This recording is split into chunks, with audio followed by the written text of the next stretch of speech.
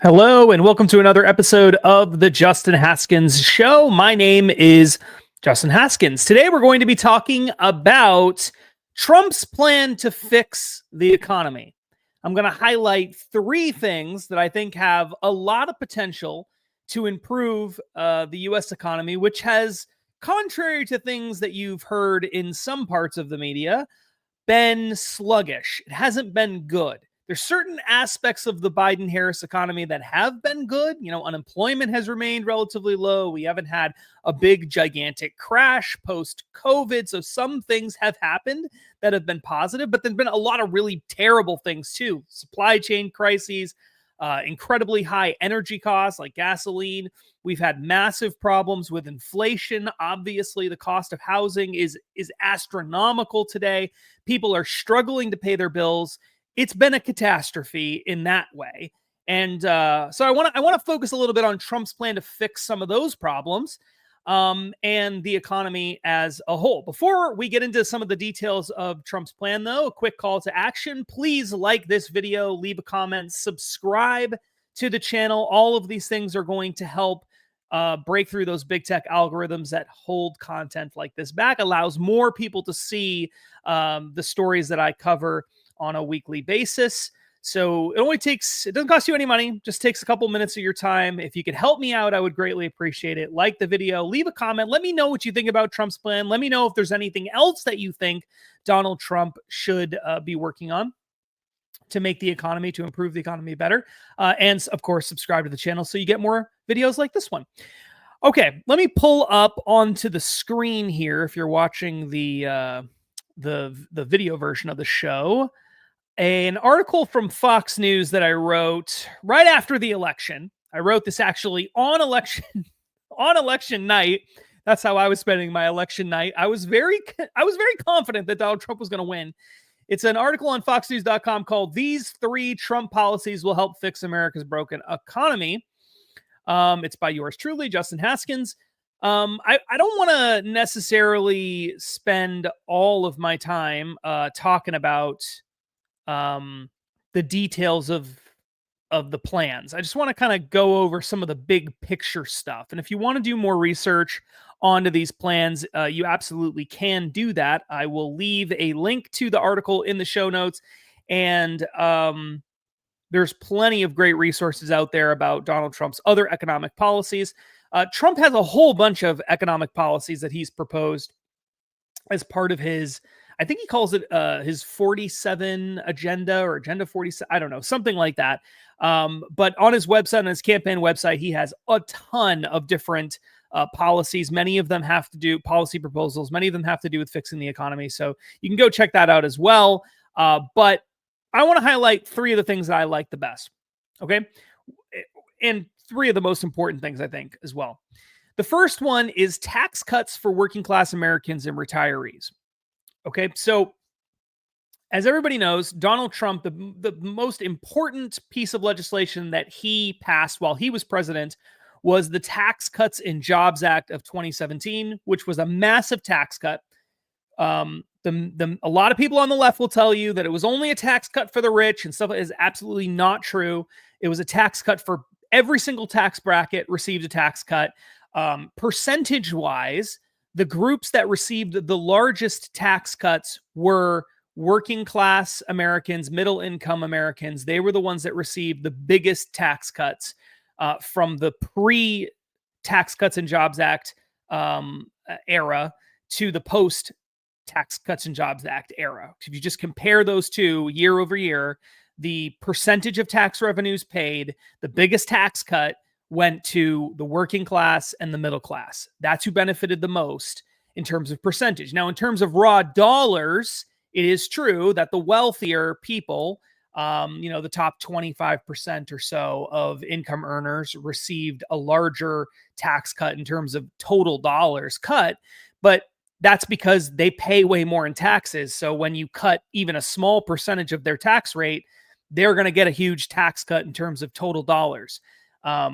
Because they pay a lot more to begin with. A lot of lower income and middle income people pay relatively small amounts in taxes compared to wealthier people.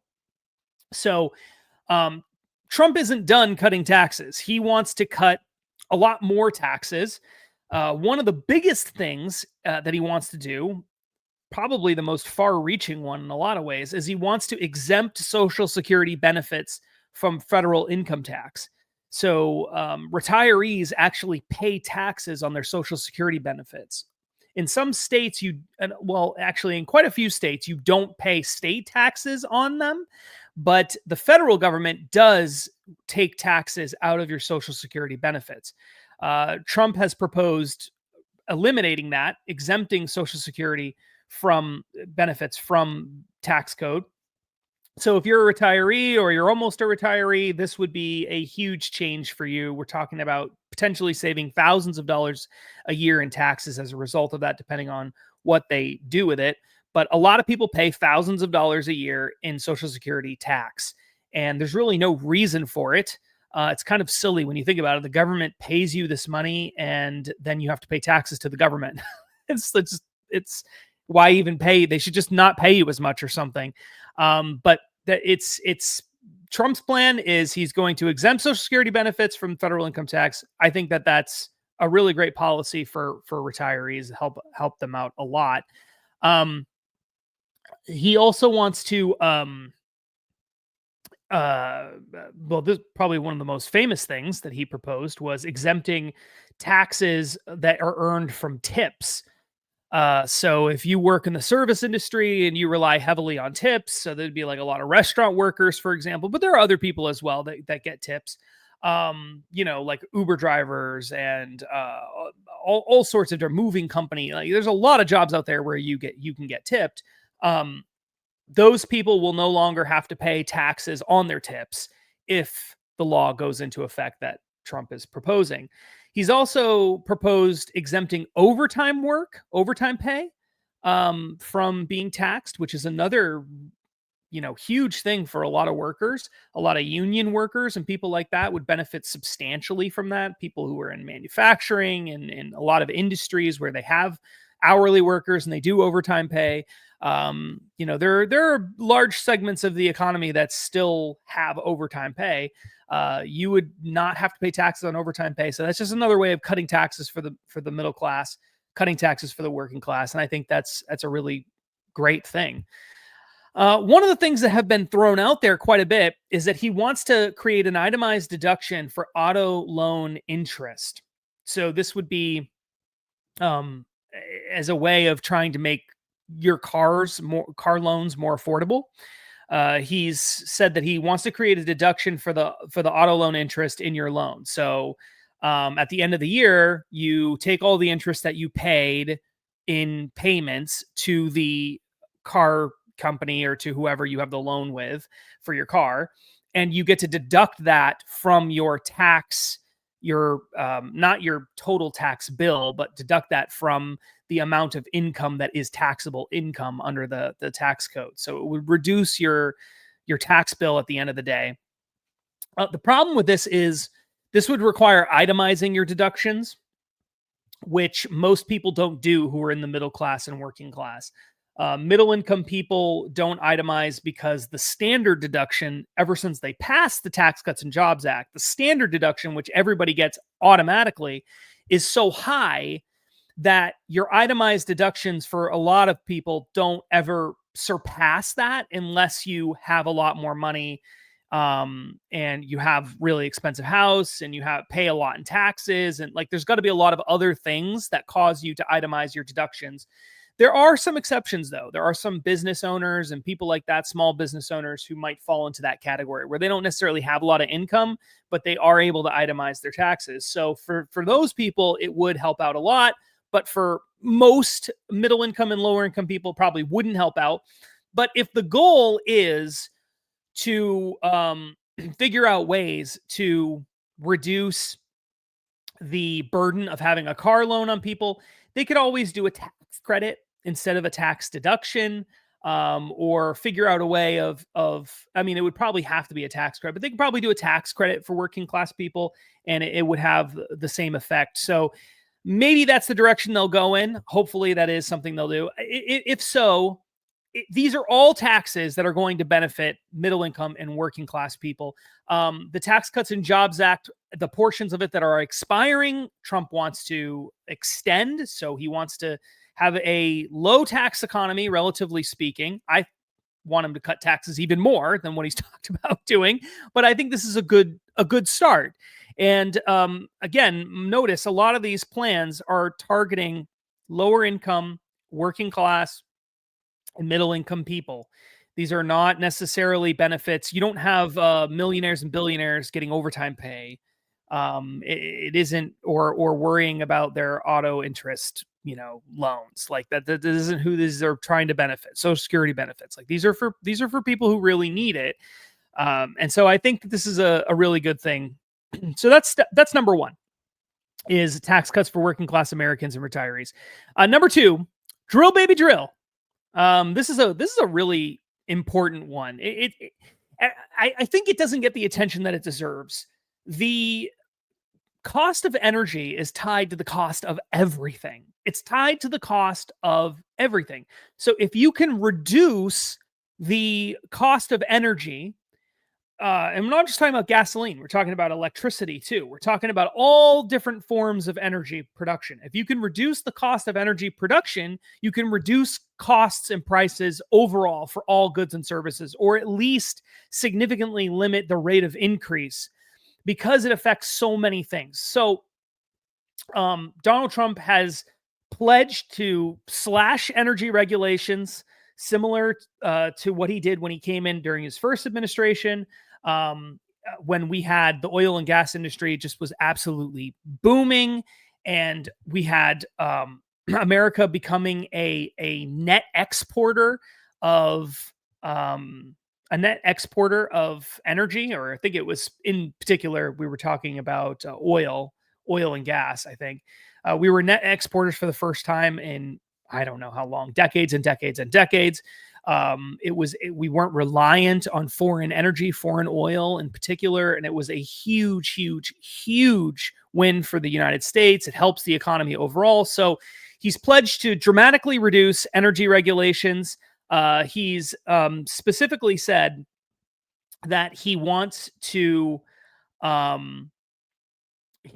speed up the time of approving new oil and gas drilling. It takes years to get that process going, and he wants to use his power as the head of a lot of the regulatory agencies to reduce how long it takes for permits to get approved, and things like that. The Biden administration has been very tricky about figuring out ways of slowing down oil and gas development. And one of the really sneaky things that they did was deliberately increase delays.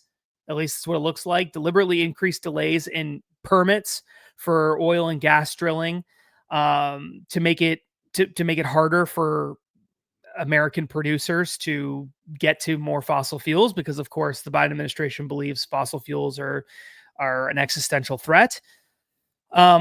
So that's a huge thing. He also promised to remove all red tape. This is a direct quote, by the way. Remove all red tape that is leaving oil and natural gas projects stranded, including speeding up approval of natural gas pipelines into the Marcellus Shale in Pennsylvania, West Virginia, and New York. So increase pipelines. The Biden administration killed pipelines, and Donald Trump wants to increase them. This is going to do all kinds of really important things in the energy industry. It's going to make it easier and cheaper to transport energy. It's going to allow for some projects to develop that probably wouldn't develop without those pipelines. So that's a huge victory as well. So there's a whole bunch of other things related to that, but I think you get the picture. Slash regulations, focus on domestic energy production, do more drilling on federal lands, decrease the wait time for permits. These are all things that are going to increase energy production domestically, and in the process of doing that, decrease the cost of energy. And that's good for everybody, not just because of gasoline prices. Like I said, I mean, gasoline prices will go down as a result of this, but the entire economy will benefit too. Number three is creating fair trade policies. Now, this is a little bit controversial. there are a lot of free market people that don't like that Trump has been so willing to talk about levying tariffs on foreign countries. And to be honest with you, I think there are a lot of tariffs that are bad. Okay. Because what ends up happening is you issue a tariff on, say, manufacturers in Canada and Mexico, which is something that Donald Trump has talked about doing. And then Canadian and Mexican manufacturers now have to pay this huge tariff, which means the price of everything goes up and the price of the products in those from those two countries go up. And those costs just end up getting passed on to consumers. And so tariffs are often talked about as a hidden tax because you don't necessarily see it as an American consumer as a tax on you, but in reality, the taxes on others get passed on to you. So they can have a really negative impact on the economy. I'm generally not in favor of just widespread tariffs all over the place. However, foreign countries have taken advantage of our sort of lax policy when it comes to international trade. And what they've done is created incredibly unfair trade practices. So you'll have countries that will say, we're not going to allow American manufacturers to sell their products here, but we get to sell our products there. And that kind of thing is really, really, really unfair. One example of something like that is, if I remember right, in Canada, American dairy farmers can't sell milk in Canada. I'm pretty sure I remember hearing that this was true. So why would that be the case? We have all this free trade between Canada and Mexico, but between Canada and America. But when it comes to dairy farmers, we can't sell our milk there. Why? Because in Canada, the dairy farmers didn't want American milk producers competing with them. And there was a tariff so there were trade restrictions put on that as a result of it. And we just allow that to happen. Well, that isn't right. So there are some things that are going on, if we're going to have free trade, it should be free trade. And it should only be with people who are not violating human rights. Okay? So that we're all playing by roughly the same rules. If free trade is great, if everyone's playing by the same rules. But if people are not playing by the same rules, the rules are substantially different, as is the case with a lot of developing countries around the world. And American manufacturers are competing with borderline slave labor in developing nations. That is not a truly free trade system. So I'm in favor of trade policies that make sense. Well, one of the things that Donald Trump wants to do, which I think is a really great policy, which is going to significantly help American labor and by extension, the American economy, is he wants to create what he's calling a reciprocal trade. Well, the official name of the policy is the Trump Reciprocal Trade Act. And what the plan says, and this is a direct quote, is if any foreign country imposes a tariff on American-made goods that is higher than the tariff imposed by the U.S., President Trump will have the authority to impose a reciprocal tariff on that country's goods. The proposal would also, quote, empower President Trump to negotiate the reduction of tariffs on foreign goods if foreign countries agree to reduce their tariffs on American goods. So the idea here is, yes, let's have reduced tariffs. If you're going to reduce your tariffs, we'll reduce our tariffs. If you're going to levy tariffs on us for XYZ product, then we're going to levy tariffs on you. That makes a lot of sense. I think that is a common sense policy. We should not allow our so-called trade partners, our friends, to jack up tariffs on our manufacturers in select industries while we continue to buy from their manufacturers in those same industries at reduced rates. That is not right. Reduced tax rates. That shouldn't happen. And so I think this is an absolutely massive policy that has the potential to have a really positive net impact on the economy. There's a whole bunch of other things that we could talk about, but I think that these three things, the tax cuts for working class Americans and retirees, and keeping tax cuts low for businesses, which is another part of the Trump plan, reducing drilling requirements, making the regulatory burden on oil and gas drillers much less. I think reducing that so that we are drilling more, we're producing more energy domestically is a huge win for the overall economy. It's going to help working class people because gas prices will go down. The price of electricity and energy is going to go down. Heating your home, cooling your home, if you live in a hot place, like all of that stuff is going to go down. That helps everyone. The cost of transporting goods and services goes down as a result of that. That affects the prices of everything. So I think that's just a great policy. And then the third one, fair trade practices. That's going to help U.S. manufacturing. It's going to allow manufacturers and labor here in the United States to compete with competitors overseas. It's going to pressure foreign countries to create better trade policies that benefit us. Hopefully, it will lead to both sides reducing tariffs downward, which will reduce prices across the board. All of these things are going to help spur massive economic growth.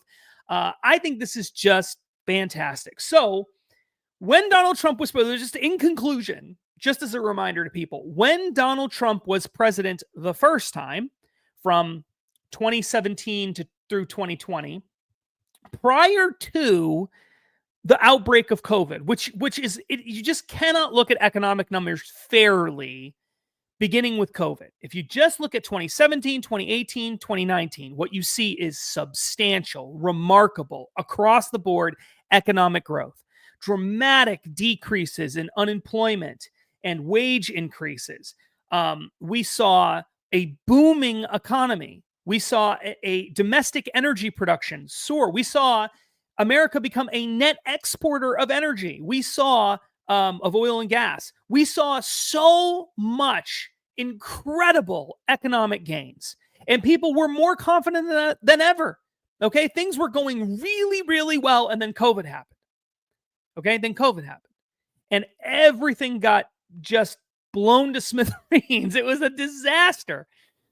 But it is worth remembering that the Trump economy for the first 3 years pre-COVID was really, really strong. And if he goes through with the policies that he's been talking about, there's really good reason to believe that the economy in 2025 and beyond is going to be in great shape as well. So I know we just talked about three things. There's a whole bunch of other policies we could discuss as well, but I just wanted to kind of highlight three of my favorite Trump policies that I think are really going to help spur economic growth.